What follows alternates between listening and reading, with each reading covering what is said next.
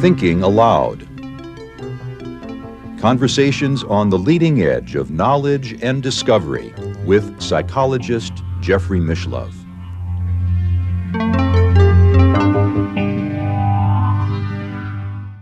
Hello and welcome. I'm Jeffrey Mishlove. Our topic today is high strangeness, UFOs, and the afterlife. My guest is Nick Cook, who is the author of 20 fiction and nonfiction titles, including The Hunt for Zero Point, Inside the Classified World of Antigravity Technology, as well as a popular parapsychological thriller, The Grid. He is the former aviation editor of Jane's Defense Weekly. This interview was recorded in a hotel room in Las Vegas where the two of us were attending the Bigelow Institute of Consciousness Studies awards ceremony for their essay competition. And now I'll switch over to that video. Welcome, Nick. Why don't we start with the story of your grandmother's death? My parents divorced when I was 5. And my sister and I moved in to live with my grandparents, who lived in a sort of quite a large, rambling country house in the southeast of England. And about halfway through the time we were there, so we were there for about sort of 3 years, so maybe a year and a half into our living with my grandparents, my grandmother sadly died. And she was American, so she sort of did the reverse thing. She came over to England and married my grandfather. Quite a sort of stiff upper lip family, not used to discussing feelings, but my grandmother was a very sort of passionate, as you'd expect from my American cousins, passionate and sort of hot-blooded. And she was also actually interested in the paranormal. So maybe a couple of days after she died, my father came back to console my grandfather at the house. Now, there had been some rather strange goings on since my grandmother had died. She used to go up to the attic because she couldn't sleep. She was an insomniac, and she would sweep out the attic. And when she'd been alive, you could hear the clack, clack, clack of her broom working against pieces of furniture and the sideboard in the attic. And my father was awoken by this one night to hear this going on. But that wasn't the strangest thing. The strangest thing was he and my grandfather were having a discussion about my grandmother's will, and they disagreed on a point. And at that moment, there was a lamp between them, heavy Victorian lamp, that lifted up, did a bit of a tilt and a wobble, and then plonked very loudly back down on the table between them again. Now, obviously, I was only, 6 or 7 or something when this happened, so I didn't know anything about it at the time. But my father, who was an engineer and quite a rational person, told the family, this sort of got handed down in family law afterwards, and including to my sister and me. And, it's when you get testimony like that from someone you know and trust, as I obviously did with my dad, who was intensely curious about this incident. I mean, he was obviously very upset at the time that his mother had died, but he always wanted to know how that lamp had got to pick up in the way that it did, how energy had been transferred from somewhere to that lamp, and the sort of the whole consciousness aspect of it, he kind of put to one side. But that was really one of those sort of inciting moments in my life when I thought, well, there's got to be an awful lot more to our existence than is merely set out by sort of our 3D, 4-dimensional physics. So, yeah, that was the story of my grandmother and the lamp. There were other events in your family as well? Definitely, there were. More recently, my my mother-in-law, who died in 2014, we all, there were maybe 7 or 8 of us from her extended family who attended her while she was dying, including my wife. And my wife was holding her mum's hand. And at the precise moment that my mother-in-law died, my wife, instead of the reaction that obviously I anticipated, which was that she would be extremely upset and distressed at this moment, as anyone would be, she stood up and announced to everyone in the room that all is well. And we were all everyone was shocked from what was happening in the room anyway. But I was stunned. I mean, I thought, why are you saying this? Because your mum, your dear beloved mum, has just this second passed away, and yet you're telling the room that all is well. And I suppose maybe an hour or 2 later, when we were sitting down and I asked my wife about this, I said, why did you say this? And she said to me, weren't you there as well?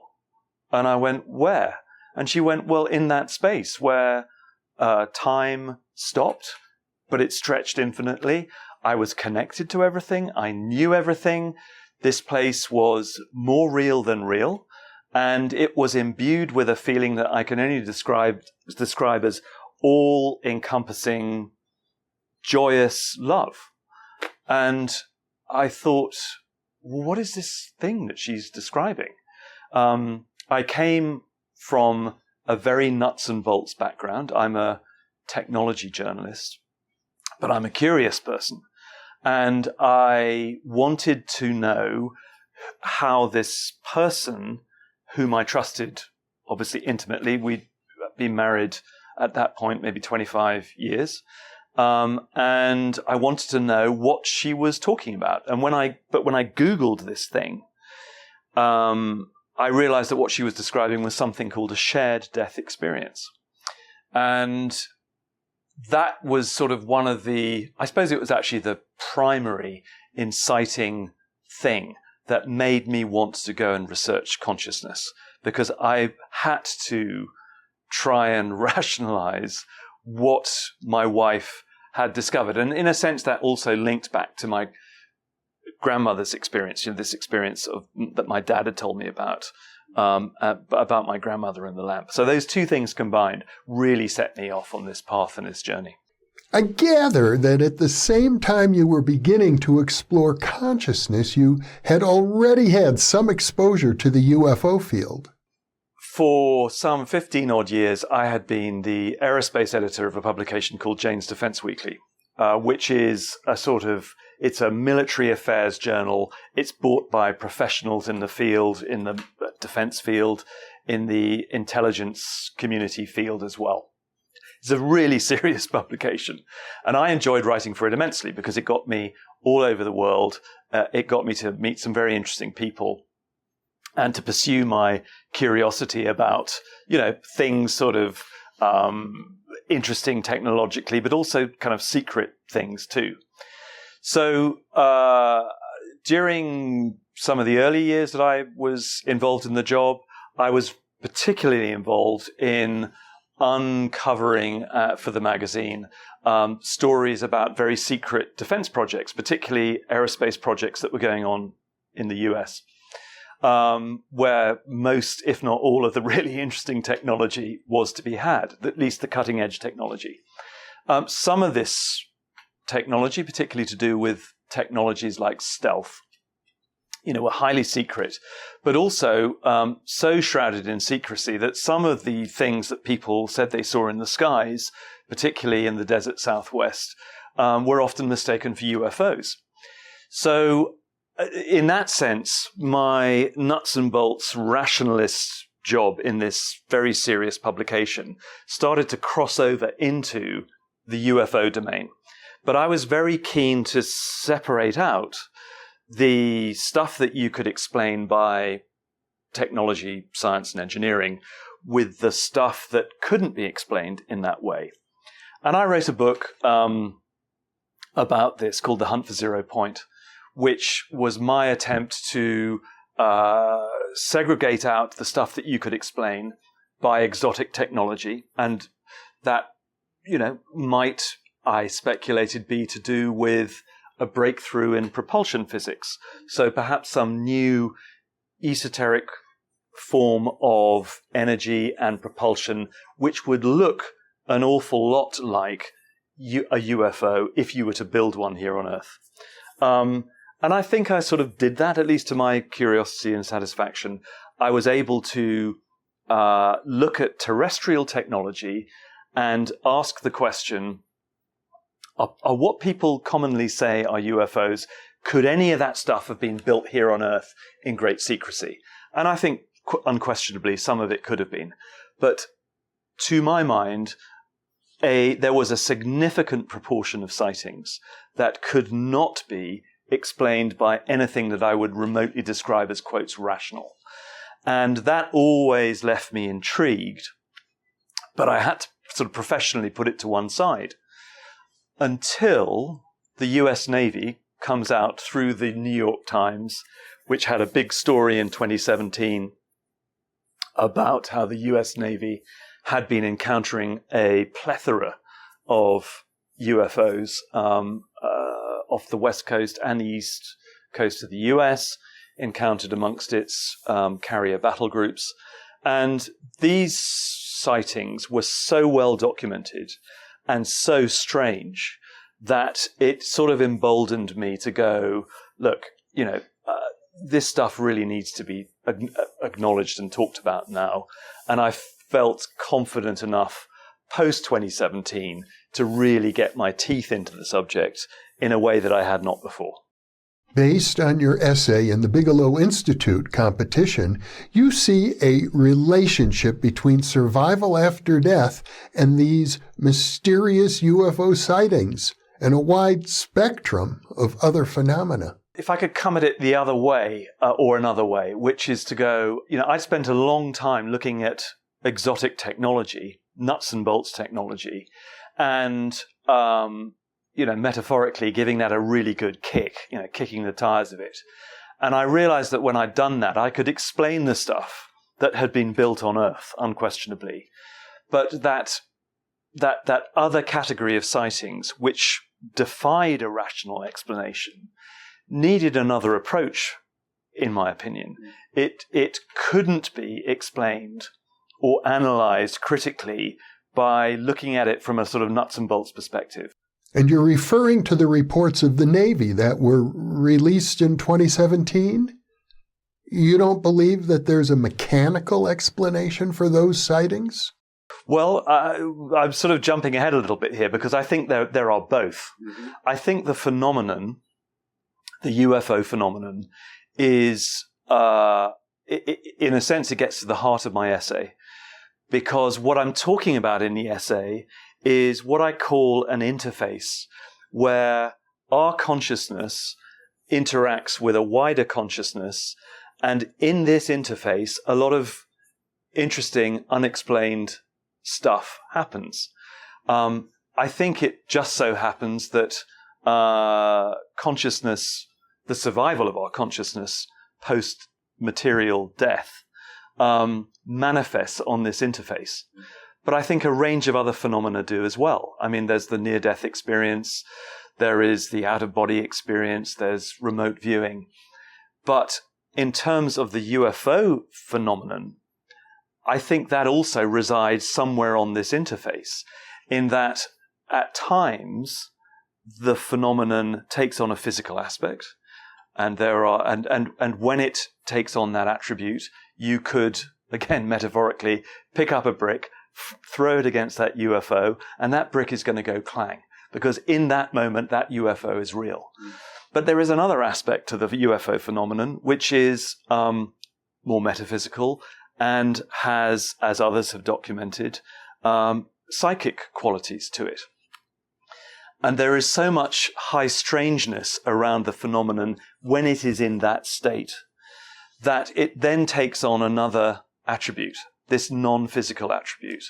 And so many people have tried to analyze the UFO phenomenon from the nuts and bolts side. I thought the only way that I felt I could make any headway myself was to come at it from the other direction, which was from this metaphysical, consciousness-related aspect, wherein the appearance of other phenomena alongside the UFO itself, to wit, perhaps poltergeist phenomena, to wit, perhaps instances of psychokinesis, telepathy, even, strange as it may sound, the appearance of cryptozoological creatures alongside these reported phenomena. All of that seems to reside on this spectrum. And so that's the direction that I wanted to take a look at it from. Out of the blue, at some point, you received a grant from a billionaire to begin to explore this area. Yeah, it's extraordinary the way these things work, because after my wife's shared death experience with her mum, I wanted to get my teeth into the whole consciousness field. But it wasn't my field. So sort of professionally, I had no excuse at all to go off and investigate it.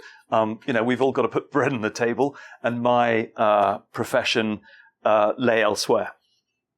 But in addition to being a nonfiction writer, I occasionally dip into the world of fiction, and I write thrillers.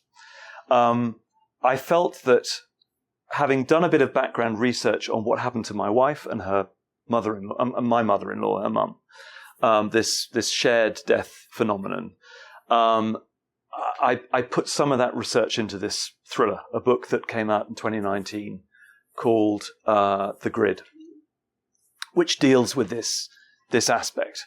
But I became so intrigued by it still that I wanted to continue that research, but I had no means legitimately to pursue it professionally. But I expressed this ambition through a little sort of aphorism mantra that I wrote on my wall at the beginning of 2019, which was, I said, I would like to, this is setting a sort of goal for the next year or the year ahead. I would like to work with the world's leading researchers in the consciousness field, and left it at that. I had no means by which to accomplish this or achieve it, because it was so outside the field that I had been working in up to that point. But then, lo and behold, I get this grant from a philanthropic individual who I met, and he said, I would like to help. In fact, we'd never discussed what my interests were, but somehow he intuited that what I was interested in was this consciousness field and wanted to put some money towards helping my research it. And that's happened. And that is what happened. I got this grant from him to pursue the subject of consciousness for the next 2 years, which ultimately gave me the research material that I put into the Bix essay. I know, for example, along the way, you met my good friend Gail Heisen, who has been a guest on this channel several times. She's a remarkable individual who recommended to me that we should get together. She thought the world of you. Well, I think the world of Gail. She is, Gail is, as you know, Jeff, she's a shaman. Again, shamanism was something way outside my knowledge base.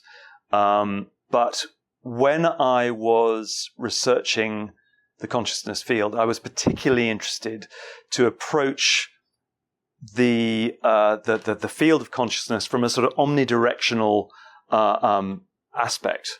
So I wanted to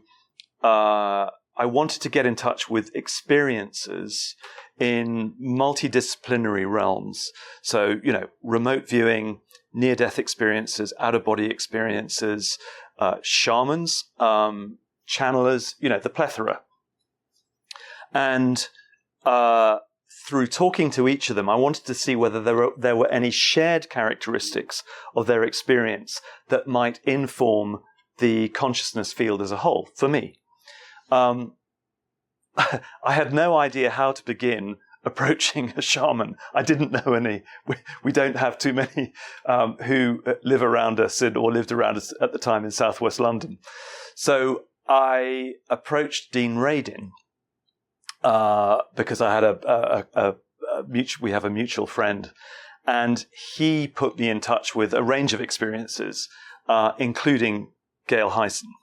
And so through Dean, and because it came through Dean, whose reputation in this field is stellar, I knew that in a sense he'd already done the due diligence on these people. I didn't need to check them out to know whether they were reliable or kosher or or any of that stuff.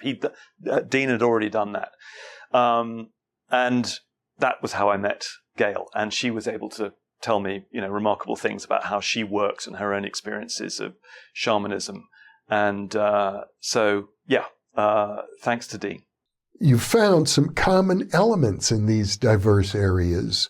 Some people might think that shamanism, for example, is completely separate from UFOs.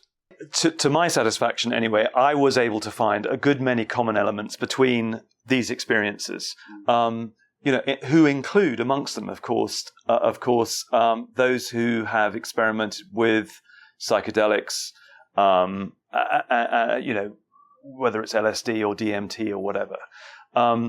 And what I found two striking. I mean, this was a non-scientific survey. I didn't gather the data with the rigor that would be that would be approved of in a sort of empirical study, but it passed muster for me that there were a number of commonalities amongst all of these experiences, which led to two common things for me there were a range of common things, but two things stood out when I cross-referenced the data. One of which was encounters with entities. There were beings, spirit-like beings, entities, call them what you will, that all of these experiences said they encountered when they were in state, whatever that state was or however they came to be in that state. In Gail's case, it was a shamanistic encounter, but in Eben Alexander's, of course, it was a near-death experience. So that was one interesting point for me. They had this common point of reference of encounters with beings whom they felt to be consciousnesses in their own right, in that they had their own, if you like, individuality about them and their own individual mode of expression.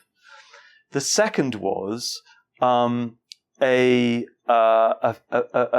encounter with what they felt was came under a different range of names. Source, the source, a source, the source, the creator, the absolute, a point of infinite vibration and light that I suppose some might call God. And that for me those were the two really interesting points that stood out in this omnidirectional sort of survey that I'd done, which told me something deeply numinous about the quality of consciousness, but which again allowed me to believe that this is a subject that can and should be explored by mainstream science in a way that mainstream science has not to this point, perhaps. But I see signs that it is increasingly engaging in the study of consciousness, and a recognition, perhaps, that consciousness is primary and matter secondary. But, we're not there yet, obviously. But I feel that there are encouraging signs that the flip may be on its way.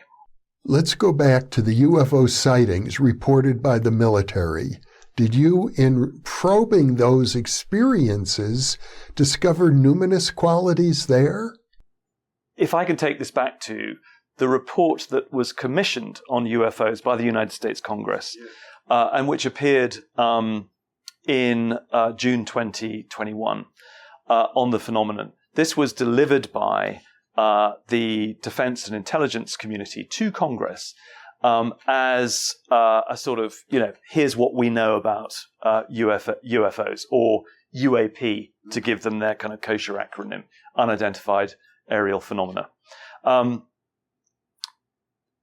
Many people were sort of disappointed by this report because they said it didn't go far enough to explain what the US defense and intelligence communities knew about UFOs. I happen to think it was a real breakthrough because it was a real acknowledgement that there is a phenomenon here that needs to be taken seriously. In amongst the sort of the data in a very slimmed down, I think it's a 7-page unclassified version of the report, it pays heed to a small section of sightings that totally defies explanation. Now, that is the portion that everyone is interested in. It's not the bit that you can possibly analyze and dismiss as top secret technology that may be developed by the Russians or the Chinese or whatever. I mean, what people really want to know about is that subset of data that really defies explanation. And with that subset, there is no doubt that there are a range of strange phenomena that accompany the UFO itself. And I think it's because that range of phenomena is so strange. The researcher Jacques Vallée, whose work is, I think, exemplary in detailing what just the sort of the strangeness of that phenomena, something in fact he dubbed high strangeness, because that phenomena is so off-putting to people who just want to come up with an answer to the technology of UFOs, they have dismissed it. And they've only analyzed the UFO as a nuts and bolts phenomenon itself. And I think that's wrong. I think because, as Jacques Vallée and others have documented, unfortunately, for those who want to sort of analyze this rationally and critically, it is accompanied by this stuff that defies an explanation. And that's very off-putting to people who want to be taken seriously on UFOs as perhaps, the defense and intelligence communities would want to analyze it in the same way that they would analyze a threat from a threat nation. And it can't be done like that, unfortunately. Can you give an example of high strangeness? Well, okay. I'm trying to think of a specific UFO case example. I mean, there are so many of them. One that was included in the government report? Well, the government report in the unclassified version was so watered down that all it talked about was a handful of sightings since 2004 that it had looked at.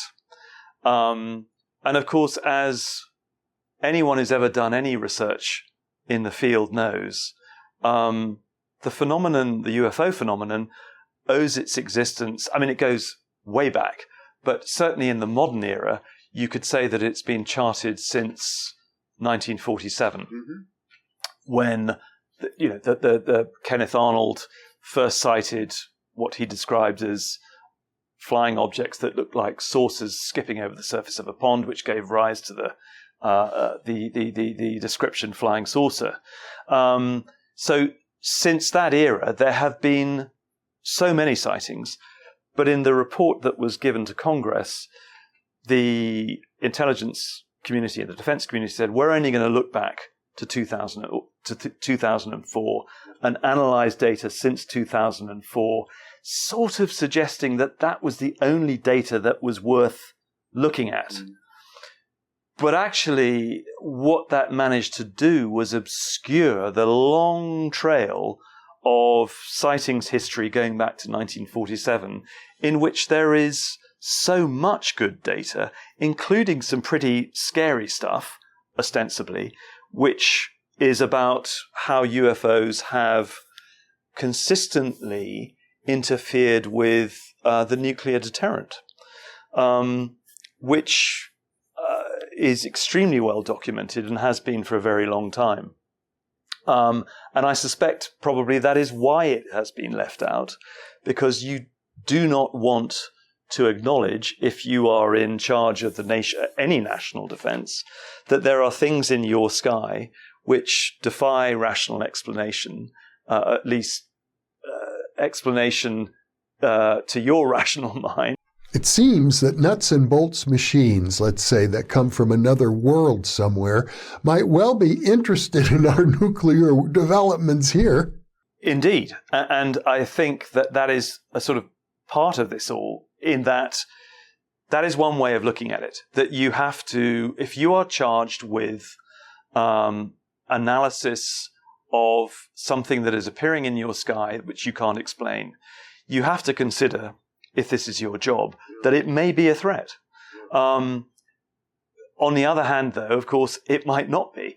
If it is truly esoteric in nature, it may be bound up in all sorts of other things, including, going back to that discussion we were having earlier about, this perceptual interface. If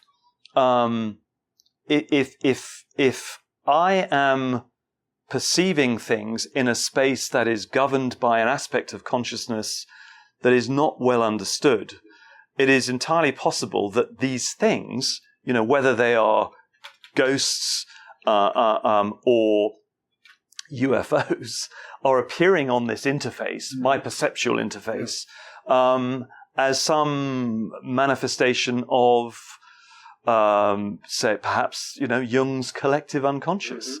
Jung himself was very interested in the UFO phenomenon and felt that it was both sort of precognitive and reflective in some way, perhaps some aspect of our group mind that is reflected in the way that we perceive things.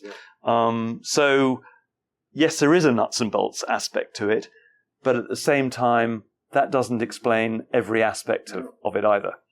Speaking personally, I have lots of data that I think would link UFO phenomena to life after death, but I'm just curious as to what data might have been revealed by the U.S. government along these lines. I don't think the US government has revealed any data that connects the UFO phenomenon to other aspects of paranormality or consciousness, precisely for that reason. And I think it is because it is, along with everyone else, it is struggling to make those kinds of connections. And were it to make those connections, I think that in their minds, there would be ridicule attached to it, because you're starting to veer away from something which has a sort of defense aspect to it, which is nuts and bolts, into this esoteric realm wherein you make yourself open to criticism that you are, you've, quotes, lost the plot. You're veering into the subject that is, more commonly explored by religion or philosophy, or and that's not the role of defense or the intelligence community, they would say, and I think that is why, too, a lack of progress has been made in the analysis and examination by, quotes, defense type people of this phenomenon, is because they're looking at it through a very narrow aperture, which is the nuts and bolts aspect of it. Do you think they are hiding information? Well, inevitably, if a government is analyzing something that it doesn't understand, it is going to hide stuff because it doesn't want to display its own ignorance. That exposes a vulnerability in a nation's security or in anyone's security. That's a very uncomfortable place to be in if you are charged with national security. So, yes, there is a great deal of secrecy surrounding the subject, but I don't think it's all to do with, what many people believe, which is that it's because, the government is hiding away crashed extraterrestrial craft, or because it's got aliens in freezers. I think a lot of it is just to hide its own ignorance, actually. I don't know if you're familiar with a book I wrote over 20 years ago, around the same time you were working on the hunt for zero-point energy, which undoubtedly takes you back to Hal Putoff's research. I met Hal Putoff myself in 1976, and he dumped a big file into my lap. He said, "Please take it off of my hands. We don't want it here at SRI. It's too controversial." A man who called himself the PK Man. He could produce UFO sightings at will and did so. And who was the PK Man? His name was Ted Owens. No, I don't know about that. I will get the name of your book, that book off you afterwards, because I'd love to read it. Yeah. Yes, I did. Obviously, I know Hal Putoff. I've met him quite a few times, and we've talked about, predominantly about the zero-point energy aspect of his research. We've spoken less about the remote viewing side of his career, but in all the realms that he's been involved in, yes, there are some very interesting things. I would love to read that. If I may, let me share with you one story because I think it is on point. It is the example that you would need to make this connection clear, I think. When I first met him, he had a stack of papers this high of demonstrations he had produced. And I noticed several instances in which he said, "I'm going to produce a UFO and you will see it within a certain time and space parameters." And that happened. They were reported in newspapers. And so I asked him, "Can you do that for me?" It was back in 1976. I had all of Hal Putoff's files at that point. He was so glad to get it out of his office. I was a graduate student then and just beginning my explorations in parapsychology. So Ted Owens said, "Yes, I can create 3 UFO sightings that will occur within a 90-day window within 100 miles of San Francisco." And at one point, he called me up in the middle of this experiment. He was very excited, and he said, "Jeffrey, I can feel it coming. This is going to be big. This is going to be a sighting that will be seen by hundreds of people. It will be photographed, and a picture will be published on the front page of one of your local newspapers." And 3 days later, that is exactly what happened. Wow. Well, I would love to see that. I'm not aware of that. I'm particularly interested, of course, if Hal handed that data off to you, and I'd love to read about it because that sounds fascinating. And so that, Jeff, is what you're saying is an example of a crossover between the UFO phenomenon and mind. Yes. How we are able to either project it or reflect it and I agree, there is that crossover. And it's taken on a new form now in something which I'm sure you're aware of called CE5, Close Encounters of the Fifth Kind, wherein experiencers invite contact with the phenomenon. I'm not altogether sure it's a good idea, by the way, in all cases. But anyway, that's what they do. And this often elicits encounters with orbs and UFO-like phenomena, wherein the phenomenon appears to these experiencers when they call for it. So it is clearly, to my mind, and because that is very well documented, by the way, it's not, often solo experiencers who are calling these things down, but, they are witnessed by multiple people. That is the crossover. That is another example of how these two apparently separate fields interact. And that's the space that I want to look at next. I'll give you another example. It relates even more directly to the question of survival. Ted Owens, a very interesting man. I've written a book about him called The PK Man. It hasn't sold a lot of copies yet, but I do keep talking about it. It's going to get one more sale now. He died in 1987. He was living at the time in Fort Anne, New York, in a tiny little town. And he was living in a farmhouse outside of town. He said that he had received messages from the UFOs to rendezvous with him there. He produced, in my research with him, 168 demonstrations of psychokinetic phenomena that he claimed were mediated by his contact with, he called them the space intelligences, hyperspace entities who hovered above the earth in an invisible UFO. And he claimed that they had directed him to Fort Anne, New York. That's where he died, incidentally, of sclerosis of the liver. He drank a lot. In fact, he was a very heavy drinker. He seemed to produce a lot of psychokinetic phenomena while inebriated. But before he died, he sent me a number of newspaper clippings showing UFOs appearing around Fort Anne, New York, and also a letter of testimony from his neighbor who claimed that UFOs were hovering right above his farmhouse. And he died shortly thereafter. Time and again, you hear this kind of story, and it becomes important. It certainly has become important to me when I've got it from sources that I trust. We talked at the beginning of all of this about the importance of getting information, at least to begin with, when you're exploring this subject, from sources that you trust. In my case, it was from my father and from my wife.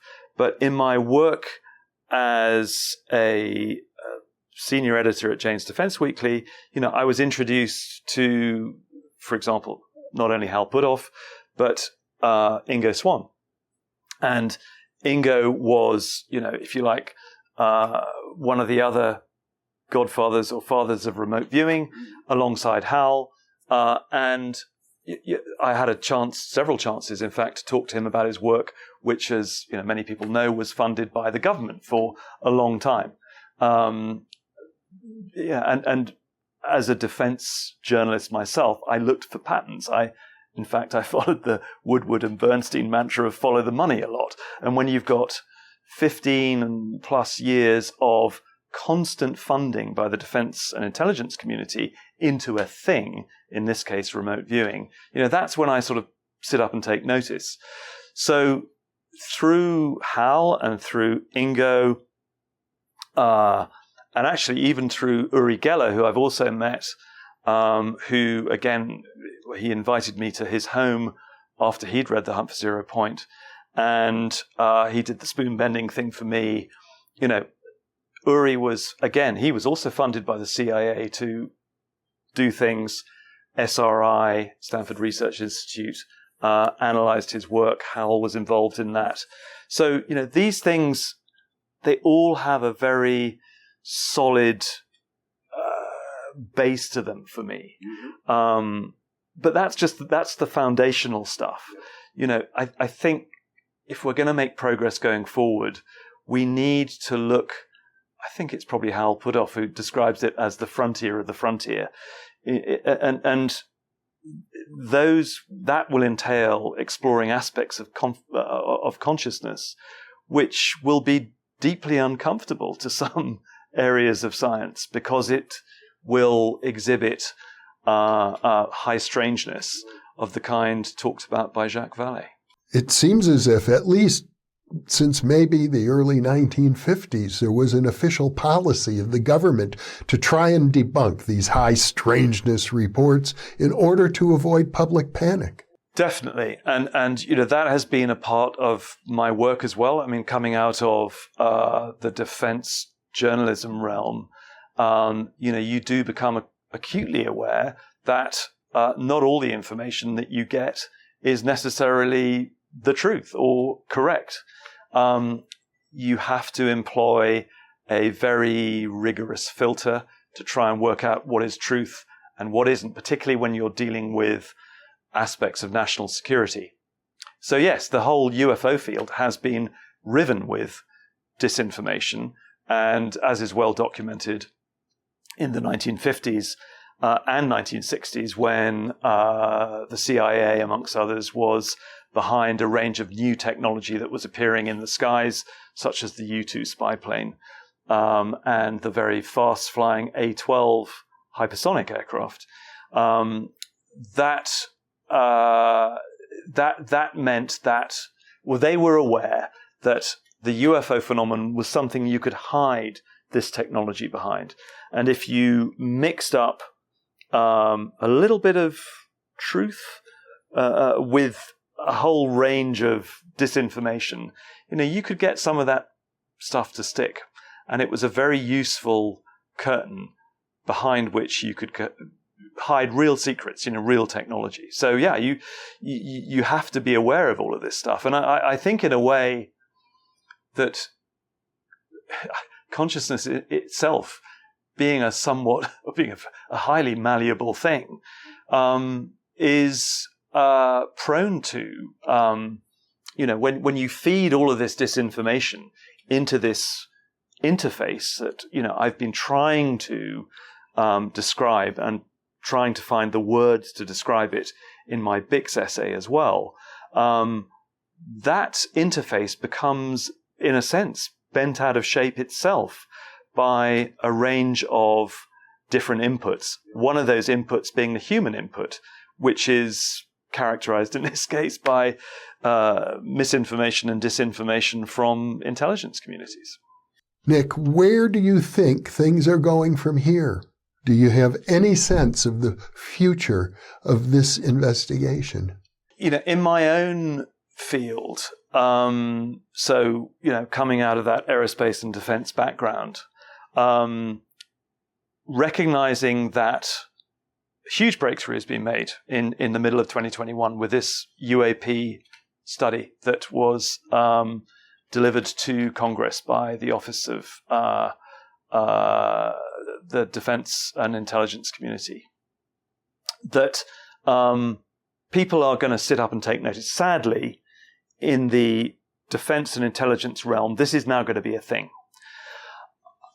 I regret to have to say that I think there will probably be some form of race to uncover some of the darker aspects of this amongst the great rival bloc powers. So China, Russia, the United States, my own country, the UK, and I think others will be racing to try to understand what all of this means. And sadly, again, I think there will be a prism, a lens that they are going to look through, which is going to see this in terms of weapons technology and advances to be made in the field of intelligence gathering and what have you. I mean, we've seen this in the past, of course, with remote viewing. Remote viewing came out of extraordinary to acknowledge in many ways, a race between the Soviet Union, as it was then, and the United States to gain a sort of psychic upper hand between themselves. I'm a little fearful that race now, triggered by this whole new UFO thing, might be a race to acquire technology that would replicate sort of UFO, UAP type platforms, is the sort of the vernacular in the defense world. I think that is why it's going to be incredibly important for science to get engaged in this. All of science, not just defense science. This is a phenomenon that deserves to be understood, and it deserves to be made as transparent as possible. Because I think the last thing that any of us wants is to see a sort of new, I don't know what you'd even call it, a sort of esoteric arms race in this area. That is not what it is about. I think, my own explorations of this subject, and perhaps dare I say it, your own, too, Jeff. It's certainly shown me that this is a subject that it is not to be suborned by any particular interest groups. Consciousness is something that we need to explore this subject for the greater good. And I think the greater good of humanity, and that is really only going to come through transparency and the whole of science engaging in this, because it is so elusive that only by a whole of science approach to our trying to understand it are we going to make any progress in, chipping away at it. I have a hypothesis I'd like to share with you. I think the universe itself is conscious. Of course, me too. And when you, for example, put out the intention that you wanted to meet with the world leaders of consciousness research, and then out of the blue you got a 2-year grant to do exactly that, I think it was the universe responding to your intention. Well, thank you. And that is the way, funnily enough, I see it as well. I read and enjoyed hugely in your own Bix essay the discussion about metaphysical realism, the idea that the universe itself is conscious and responsive and alive. I have prodded it enough, I hope in a nice way, but to know that that is true. You put the intention out there, and if the intention, I think, aligns with, I don't know, for simplicity's sake, let's call it a greater good, that the universe will respond in that sense. Consciousness will respond. And of course that is unexplained. That is so mysterious that it can do that. But yet, there are enough instances of it. In your case, in my case, we all know people who have done that, and the universe has in some way responded. Let's test that in a more widespread way and say, look, if whole communities can put out that intention. We are at a perilous point in